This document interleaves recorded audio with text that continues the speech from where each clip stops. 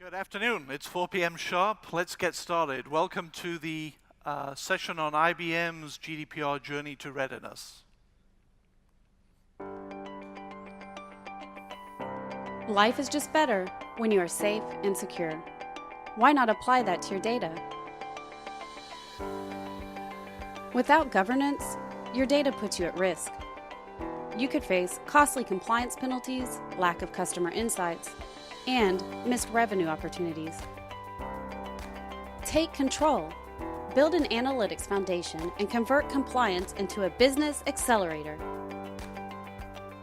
You'll gain trust in your data, accelerate analytics for better insights, increase productivity and time to value, and improve customer relationships. So get ready to meet your regulatory requirements and drive innovation across your organization.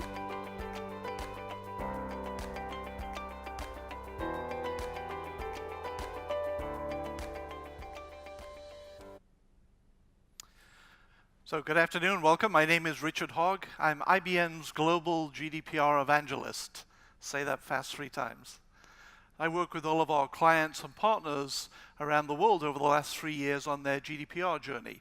Some more proactive clients in the more heavily regulated industries who started to invest and take action in their GDPR program some time ago.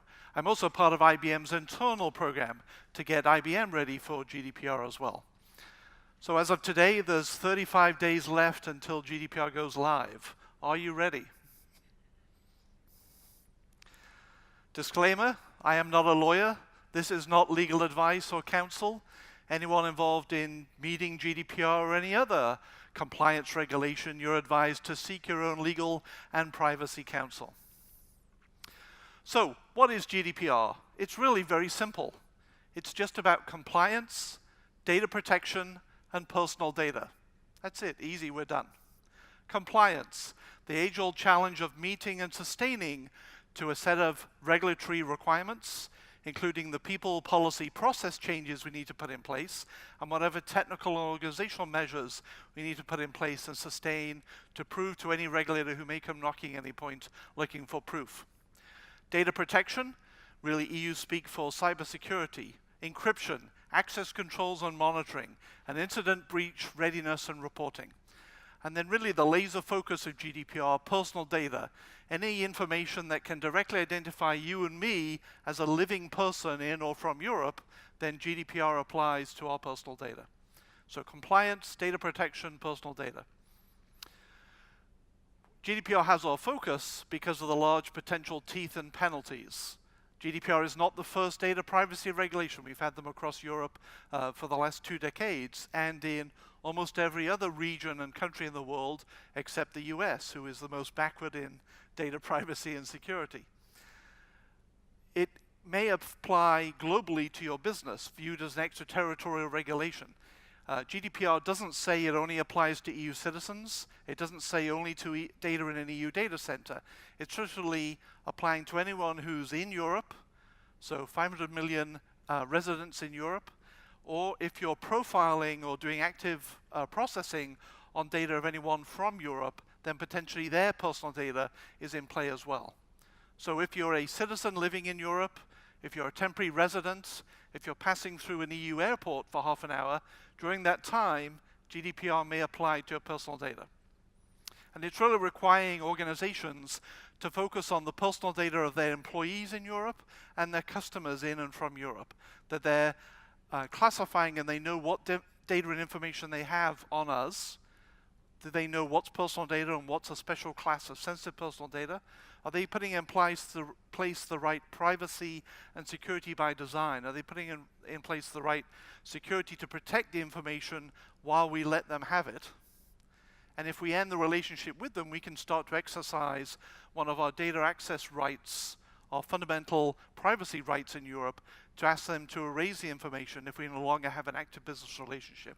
So a range of new duties and obligations that organizations have on their employees in Europe and their customers. So the real focus of GDPR is personal data, and I'm saying pedantically personal data, not PII. GDPR doesn't say PII. PII is more of a US term. If we're talking GDPR, let's all talk personal data. Personal data is a subset of PII. An example is an IP address. Under PII, that's not considered personal data. Your IP address very much is personal identifiable information under GDPR. GDPR doesn't define exactly what is personal data. That would be too easy. It does define some high-level categories and types of personal data: contact information, financial information, health information, employment information. But it doesn't go any further down than that. So the challenge for every organization is to define what is personal data to my business, and then an even larger challenge is to go ahead and find and classify that. So, where do we start? Where on earth do we begin? What do we need to do? IBM has defined a standard 5-phase prescriptive pathways methodology, the 5 common steps you go through on your journey to readiness towards GDPR compliance. We're using this in all of our service engagements with clients over the last 3 years on their journey, and we're also using it internally in our own internal program as well. Standard 5 phases, starting with the first phase, which is assessment. Doing a high-level privacy risk impact assessment, looking at your business and determining, can I isolate this to just my operations, customers, or employees in Europe, or do I need to do it as a global program? What are the high-risk aspects and areas and processing activities of my business? Am I doing anything particular with large volumes of sensitive personal data that I may have more duties and obligations, say, around consent to meet and manage? So doing a risk and a gap analysis. How ready are we to meet all of the requirements, the 99 articles of GDPR? And then from those gaps, defining a program plan in the design stage. So defining your program plan, a set of work streams and remediations. Where do we need to fix? Again, compliance, data protection, and personal data. How do we know and find, index and catalog, and be able to document and prove what information do we use where and for what purpose? Once we've got that underway, we can then move on to transform and then actually start to use tools to accelerate our journey. Up until now, the most complex tool you may have used may have been a spreadsheet.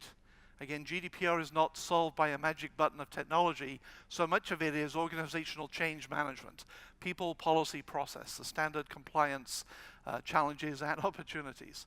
So in Transform, you can start to use tools, including those from IBM, to help you start to find and discover what is personal data across my business, across structured and unstructured, on-premise, in the cloud. Find and start to catalog and manage, because you need to know not just what's personal data, but especially if any of that is sensitive personal data. By sensitive, is it your personal health information, your genetic information, your fingerprint, your political affiliation, your voting history? All of those are sensitive classes of personal data. And then moving to operate. How do we start to move our program into production and readiness and start to get to the next level of complexity for GDPR around consent management?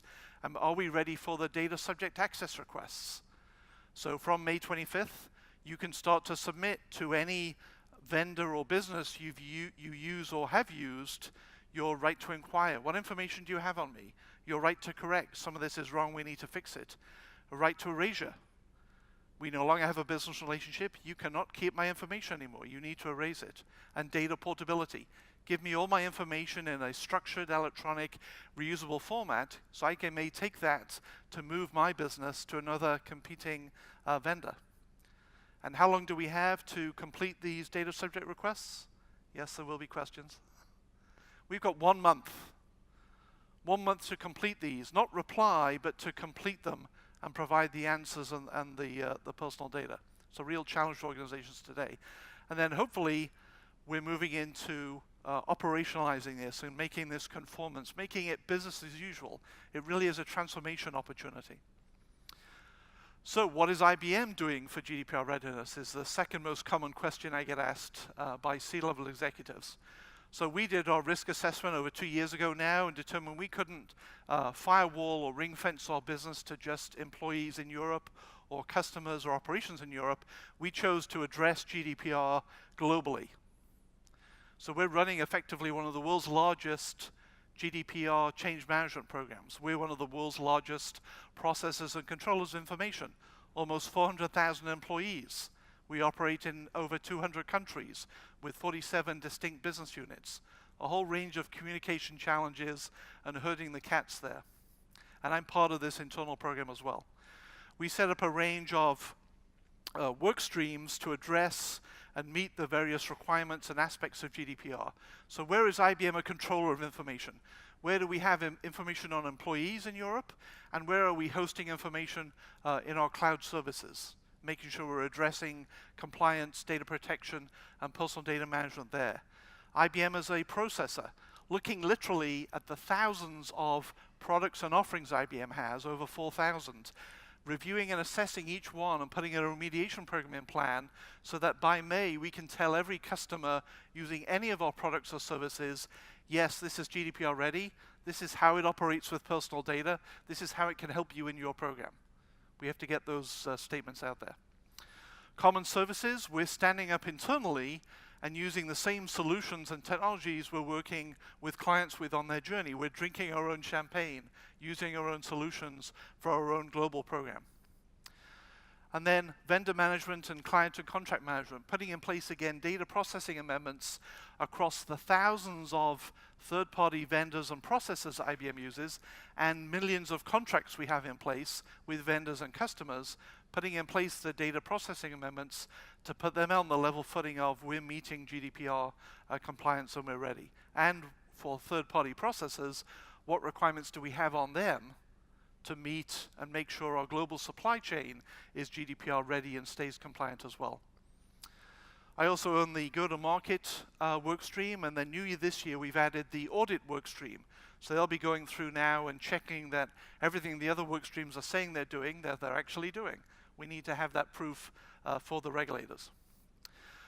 A client example of helping them on their GDPR readiness journey is Northern Trust, a wealth management financial services firm in Chicago. Been around for over 100 years, global, definitely has a range of customers in Europe. And they saw that they needed to get ready, even though it was a small volume of data and a small volume of customers, they needed to get ready for GDPR and be ready to respond to consent and data subject requests. So they used our discovery and data catalog tools to index, discover, and find all the personal data in the business. Most of their information was of a structured form in the usual database systems applications, putting in place a catalog, mapping that to their processing activities, and putting in place a framework for personal data management that they then saw this is a great framework for information governance overall. And that's what GDPR really is. It's information governance that we all should have been doing on information all along. And now they can start to use this as a framework for all the other regulations that apply to their business as well. So GDPR is all about being able to know your data, manage, trust, and use your data. It really is a transformation opportunity.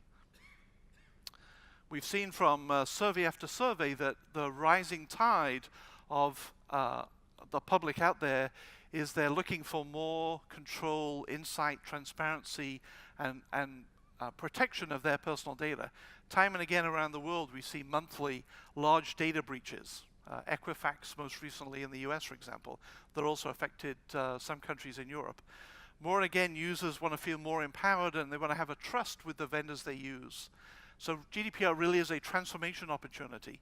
If we can identify and keep less information, but what we do keep is of more value, and we can do that transparently with our customers, they're likely to increase their trust with us, potentially share more personal data with us, so we can then develop and tailor and offer them more personalized goods and services, tailored uniquely to them. That really is the transformation opportunity of GDPR. And it also drives more value as well if you're able to get to information economics on the information you're keeping less information, you're not just buying more disk every year. And especially if you're looking to do any form of big data or analytics, you really want to have data that's trusted and of value, not just keeping all information forever. And again, GDPR is really conveying data minimization. You can't keep all information forever anymore. You need to have a defined life or retention of information and only keep it for as long as you need it for your processing activities. So again, GDPR, yes, it's a regulatory burden, but it really is a transformation opportunity at this stage. As we're looking to digitize the business and provide ever more personalized and unique goods and services to every customer, every client, GDPR will give you that framework. And then it will be a framework not just for the GDPR regulation, but all the other regulations that are applied to your business. What business isn't under multiple competing complex regulations? So putting in place the building blocks, the foundation of your information governance program is the fundamentals of getting ready for GDPR, so that you simplistically know what information do you have by category and type, what are the data sources, what countries it's in, what are the policies that apply to that, driven by legal citations, what are the laws and regulations in all the countries you operate in, what are the processing activities on that information, what are you doing with that information and why, how do you get that information, do you know the lineage, do you know what you do at the end of its life? Are you reselling or remarketing it? Being able to answer that end to end is what the regulator will be looking for. And we've invested since last year in a range of AI and machine learning to provide a range of accelerators to help you do more quickly with the current resources you have, as much as we get more investment for our GDPR programs at the C level and the board level. Again, we need to do more with less here, and obviously the clock is ticking. So we've invested in a range of machine learning accelerators at every step in the journey. And again, we're using these internally in our own internal Get IBM Ready program. So some examples here. Cognitive insights, so using Watson analytics technologies, being able to ingest a native application. Take the PDF regulation, the PDF of the regulation, and all the other regulations are applied to your business too. HIPAA, MiFID II, for example. Native regulations, ingest those, and it will rapidly accelerate your compliance staff to digest and distill the controls and obligations from all those regulations consistently. You can then feed and execute into your governance, risk, and compliance program.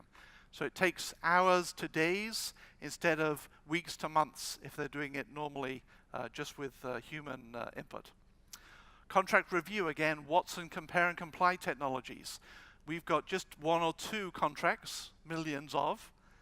So we're able to digest all of those in mass and rapidly accelerate our contract staff to review and standardize on data processing amendment terms and conditions to put out there in those new contracts. And you're able to do this compare and contrast capability across any similar set of documents, not just contracts. For discovering personal data, if anyone's tried to discover personal data here, very quickly you will have found that it's harder than we think. Very little personal data is discoverable through a pattern or an expression. So a telephone number, a passport number, a bank account number, yes, well-defined pattern. But most personal data isn't definable through a pattern. Your name, your address, your political affiliation, not always easy to find through a pattern. So we've invested in machine learning and trained it up on an extensive set of European personal data categories and types and translated in 11 languages. And this distilled machine learning personal discovery ability is in cartridges that will now plug into our discovery tools, which are virtual appliances. So you could start literally this afternoon, plug in the virtual appliance and start to discover the extensive set of European personal data in multiple languages across your structured and unstructured data landscape. So that's doable at scale. And again, around the circle here, every step in the journey accelerates to help you along the way. So, compare and comply, I've already mentioned. Another challenge that organizations have is we don't even have a definition of what's personal data. I have no idea what's personal data to my business. Do you know? And again, you could take weeks of review and consulting to analyze and define and review and get legal approval as to what are the personal data categories and types in your business. We've invested up front by industry to provide industry models that are GDPR ready. So all the major industries, financial services, insurance, pharma, manufacturing, etc., a standard taxonomy and business model of the standard terms, objects, processing activities, and personal data types by category and type that that industry uses. You can immediately plug into a catalog and have same day a starting point to accelerate your cataloging and definition of personal data in the business. So industry model is a great accelerator.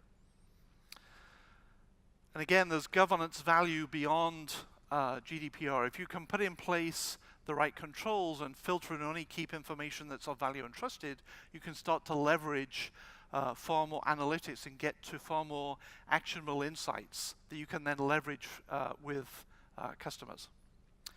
So you've also got a set of building blocks to help on that journey. Once you've started to define your program, the first thing you need to do is discover where is that personal data in the business. And for most clients, they're looking at their unstructured data.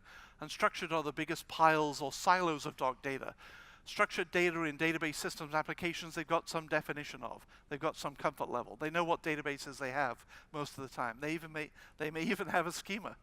But all that unstructured stuff in Box and SharePoint and file shares and your laptops, you know, what personal data is out there? Do we want to keep it out there? Do we need to remediate it and catalog it? And again, these can also help you strengthen your data lake and again, a foundation for analytics. These tools also work with Hadoop and can also look at those as just another data source to catalog. Where do you have personal data out there that you need to map or remediate? So, tools to help you find and look at all the common places of structured and unstructured data. Using these accelerator cartridges, a predefined set of what is personal data. You'll tailor these, of course. Every business is unique and different, but you don't need to spend days or weeks defining what's personal data up front.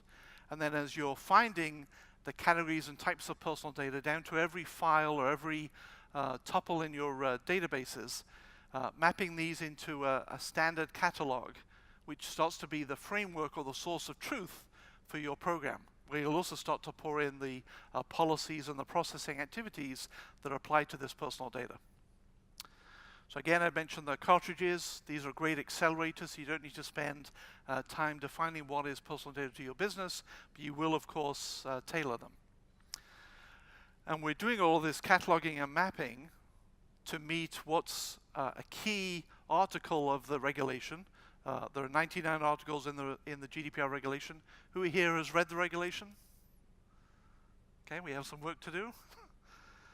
99 articles. One of the key ones is Article 30, records of processing.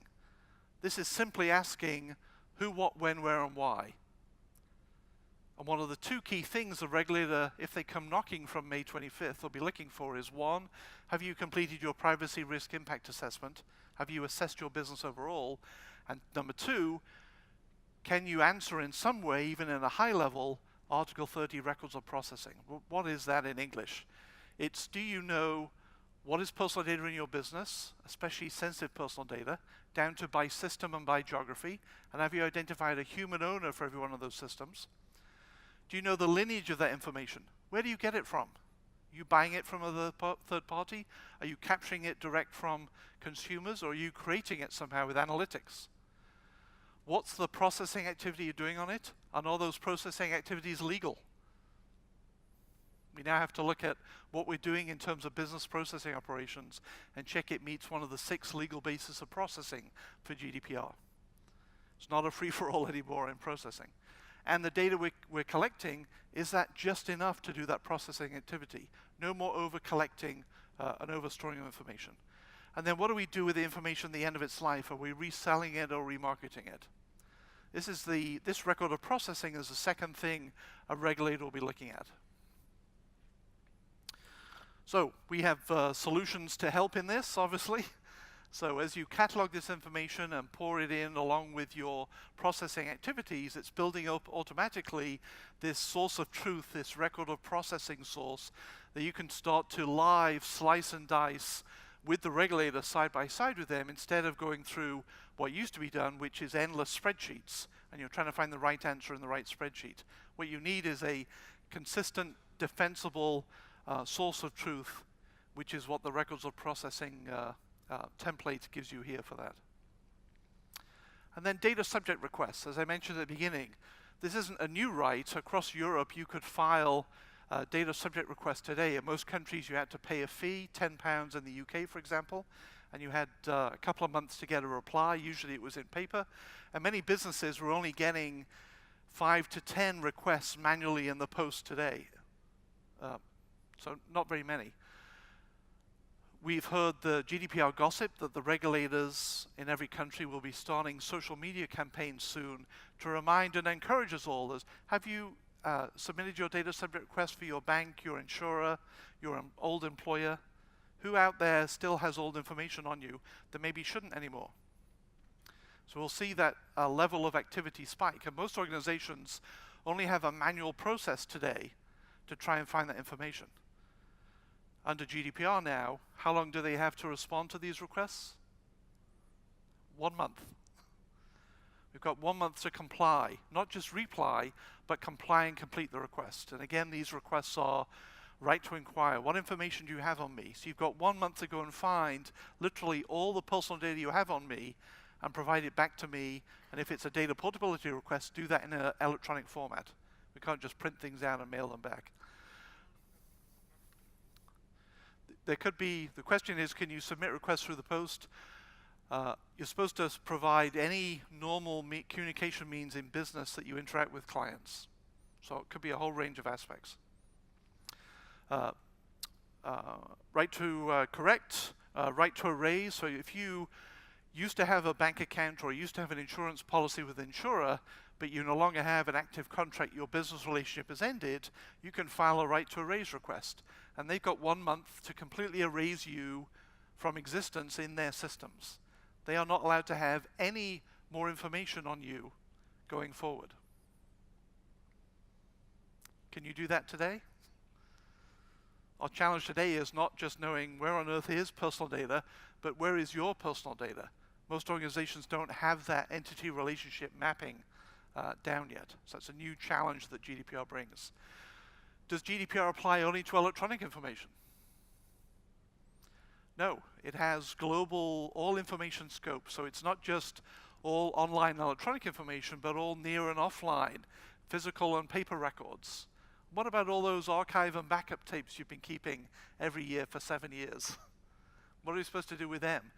Well, our view is that that is impractical and uneconomic to go back and try and find all your data from 7 years of backup tapes. And the view is that the regulators will be more lenient with us, that it's just harder, if not impossible, to do that. But a good practice would be to put in place data retention expiry policies on those tapes. Do we really need them all for 7 years? Probably not. Going forward from May 25th, they're not going to be lenient if we continue to do these old practices of mass backup and archiving. We need solutions that will be far more precise. For right to erasure as well, just because you submit your right to erase request doesn't mean I will blindly go ahead and start erasing your information. What do I need to do first? I need to validate you are who you say you are. So if you're annoyed with me and you file a right to erase request in my name and suddenly all my information goes, we need to raise the bar in personal identification and validation. The next thing I need to do is to look at my information governance policies on the classes of information I use in the business. There may be other regulations or legal retention requirements to let me keep information for other periods of time. Or there may be legal preservation or legal hold requirements. That means I can't delete that information for the life of that active matter or case. So again, just because we get an erase request doesn't mean we can blindly start to execute it. An example shown here is for an insurance where we're looking at the types of information that we have on a customer.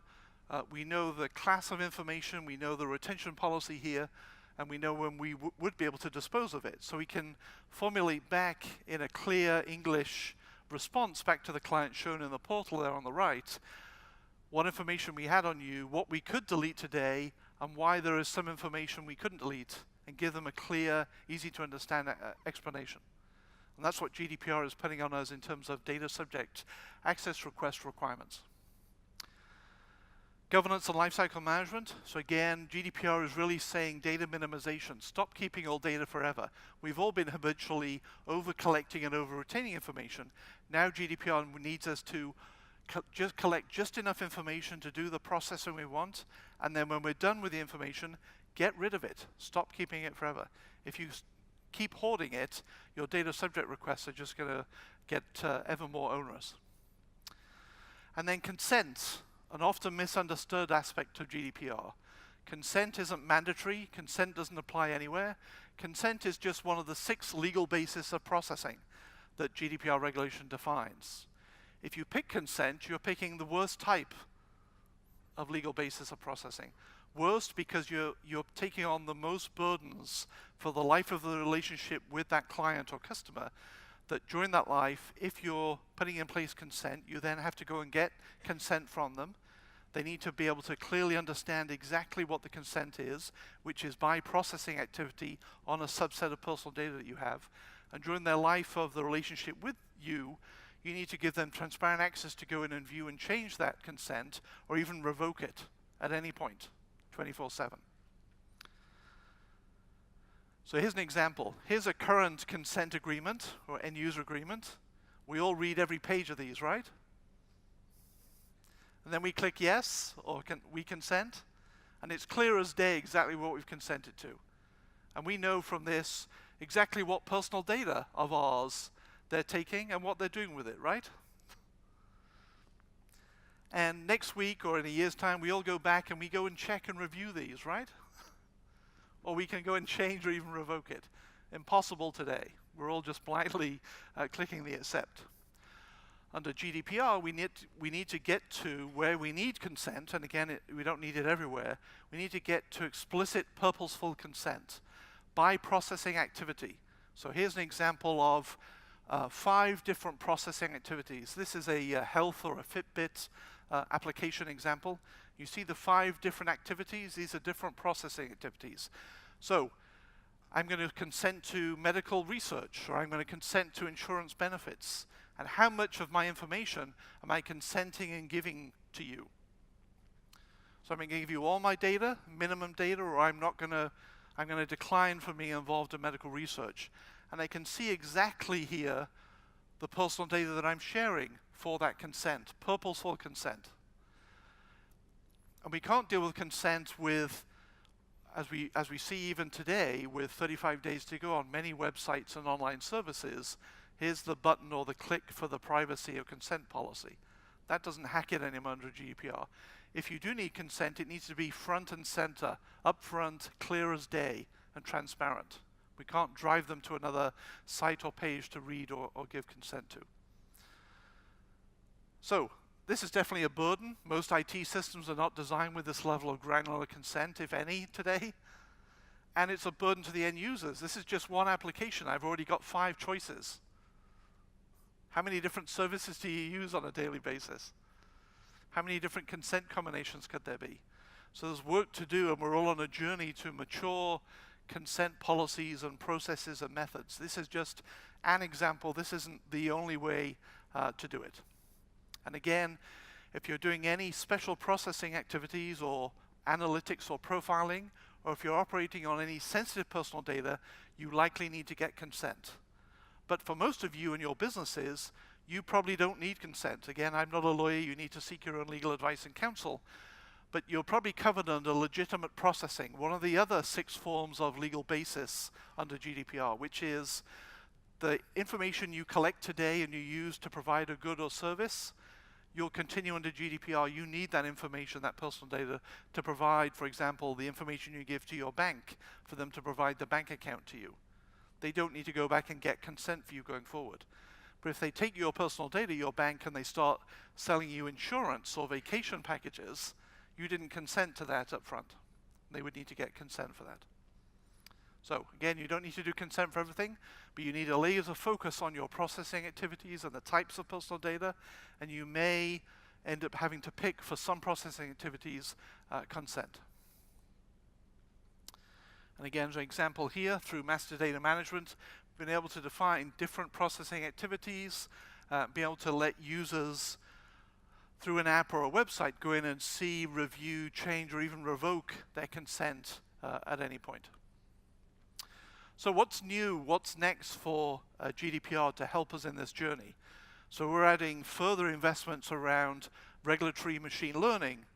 So again, be able to take multiple native regulations and accelerate further digesting the taxonomies, the business process terms, the metadata, the categories and types of personal data, and being able to distill that across your operating landscape.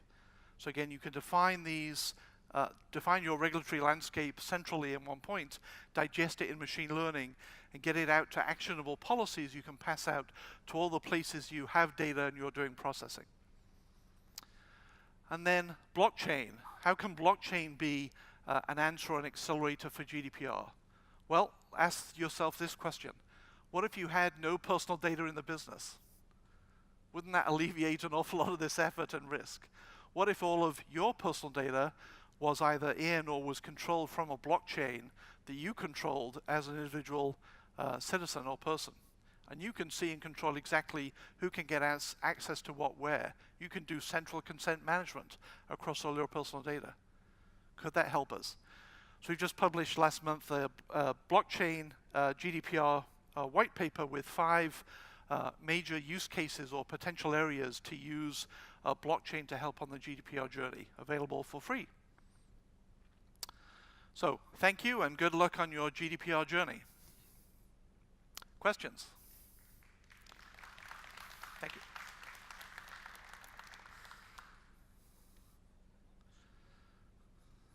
Testing, testing.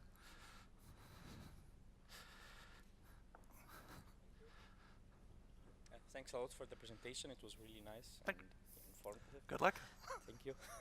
I'm just wondering how let's say the GDPR people going to evaluate such huge regulations. We are talking about hundreds of millions of user data, and do you have any idea how they are going to do that?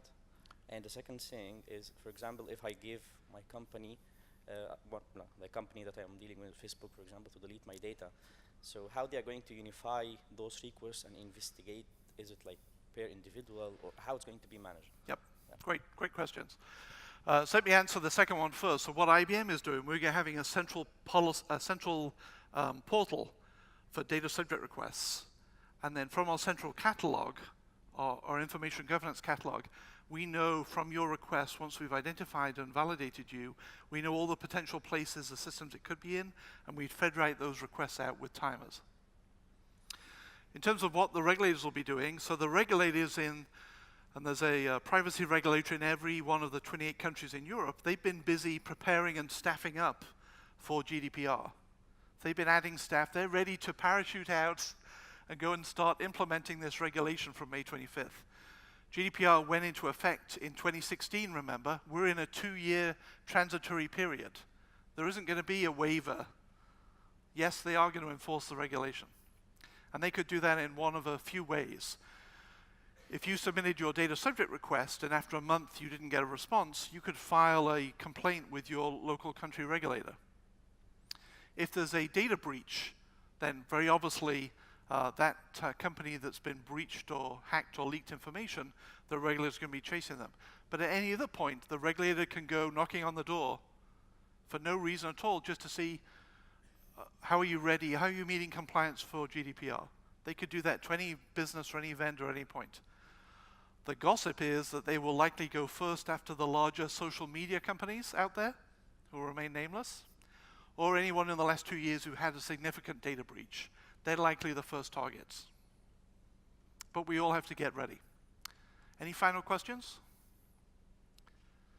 Okay, thank you again and good luck.